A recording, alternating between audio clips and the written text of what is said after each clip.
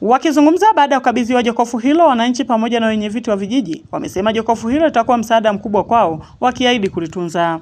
Awali ya yote nishukuru kwanza kwa serikali yetu kwamba kwa namna hii imeonyesha namna jinsi ilivyotujali wananchi. Kwa kweli kwa jokofu hili ni furaha zetu sisi wananchi wa Igoma kwamba sasa zile adha za kukimbizana kwenda Igawilo nauli nini na nini sasa zimepungua na utekelezaji umefanyika. Jokofu tumeliona na tumelipokea. Tunasema asante, hatuna zaidi chochote zaidi ya kusema asante. Hii Igoma inafurahia na tunatabasamu wote kwa ajili ya kupata jokofu la kuwahifadhi marehemu.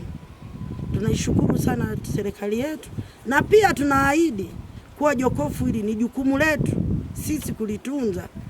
Kama vile mama anavyojifungua mtoto inabidi amtunze mtoto, na ndivyo tutakavyolitunza hili jokofu milele kusudi watoto wetu au sisi jamii yote tuweze kuhifadhiwa. Punguzia adha ya kutumia fedha nyingi za kupeleka maiti mochwari. Tunampongeza sana na tunamtakia afya njema. Wote viongozi wetu wa ngazi za juu wawe na afya njema, lakini wasisite kuendelea kuungana nasi katika shughuli zote za maendeleo kwa ajili ya kuinua gurudumu la nchi yetu na serikali yetu pendwa ya Jamhuri ya Muungano wa Tanzania. Sisi kama viongozi kwa umoja wetu wa kanda hii ya Igoma au mji wetu wa Igoma, tunaahidi kwenye serikali hii pendwa ya Jamhuri ya Muungano wa Tanzania kuwa chombo hiki ambalo ni jokofu tuliloletewa, tutahakikisha tunalitunza, linakuwa salama muda wote kwa ajili ya manufaa ya kizazi hadi kizazi.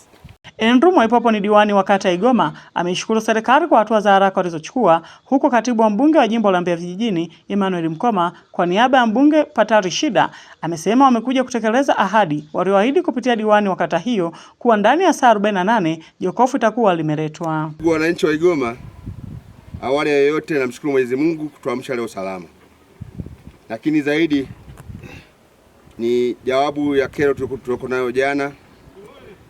Jana tulikuwa na maandamano hapa, sio maandamano situiteje, lakini kulikuwa kama na mgomo baridi wa watu baada ya mwili kutokubaliwa kupokelewa kwa sababu ya kosa friji. Lakini tunashukuru sana Mheshimiwa Rais na mbunge wetu wamepambana, hatimaye wamekuja na majibu. Jana walituahidi kwamba leo wanatuletea friji na hatimaye wameleta. Nani kama mama? Hakuna. Nani kama Mama Samia? Hakuna. Nani kama mbunge wetu Shida Patari Shida? Hakuna. Hakika Mwenyezi Mungu hawa wakubwa wa rais wetu pamoja na mheshimiwa mbunge awabariki sana. Tunamshukuru mkurugenzi na safu nzima ya wataalamu wote kuona kazi hii ya wananchi wa Igoma na kuijibu kwa haraka sana. Hakika wametendea haki na Mungu awabariki sana. Sisi kama wananchi wa Igoma tunasema neno la asante. Neno la asante kwa Mheshimiwa Rais, neno la asante kwa mheshimiwa mbunge, neno la asante kwa wataalamu wetu wote kwa ngazi ya halmashauri mpaka mkoani pale. Mungu awabariki sana. Hatuna cha kuwalipa, Mwenyezi Mungu atawalipa zaidi. Kwa hiyo siku hii ya leo amenituma hapa kwa mambo makuu mawili. La kwanza ni kuwapa pole na tafrani iliyojitokeza siku ya jana, ambapo aliweza kuzungumza nanyi kupitia kwa mheshimiwa diwani kwa simu, ambapo yuko Dodoma kwenye vikao vya kamati. Lakini aliwaahidi baada ya siku 2 au 3 jokofu litakuwa limefika kwenye zahanati ya Igoma. Lakini kabla ya siku 2 jokofu limefika zahanati ya Igoma. Patari safi. Safi. Samia safi. Safi. Kwa hiyo tushukuru kwa hilo, lakini ameniagiza pia kuwa tuishukuru TAMISEMI kupitia kwa Mheshimiwa Rais. Aliagiza TAMISEMI na TAMISEMI imewasiliana na wataalamu kupitia kwa RMO wetu wa mkoa, lakini mkurugenzi wetu Elika Yegela wameweza kufanikisha hili kwa ushirikiano mkubwa, na hatimaye siku ya leo jokofu limefika kwenye zahanati yetu. Kwa hiyo sisi kwa niaba ya mheshimiwa mbunge, mimi katibu wake, niseme asante kwa serikali yetu ya Samia Suluhu Hassan kwa kutuletea jokofu sisi wananchi wa Igoma. Awali akizungumza kwa niaba ya mganga mfawizi wa zahanati ya Igoma, kaimu mganga mfawizi Tobias Mjirilo amesema kwa mujibu wa Wizara ya Afya, zahanati zote haziruhusiwi kuwa na jokofu, isipokuwa serikali imeamua kuwaletea zahanati ya Igoma kutokana na jitihada zao za kujenga chumba cha kuhifadhia maiti. Kwa mujibu wa Wizara ya Afya, zahanati zote hapa nchini haziruhusiwi kuwa na jokofu kwa sababu haziko kwenye mwongozo wa Wizara ya Afya. Zenye kuwa na huo mwongozo ni kituo cha afya, hospitali ya wilaya na za mikoa pamoja na rufaa. Hizo ndizo zimeruhusiwa kwa mujibu wa mwongozo wa Wizara ya Afya kuwa kupelekewa majokofu. Sasa basi, kwa nini iko hivi?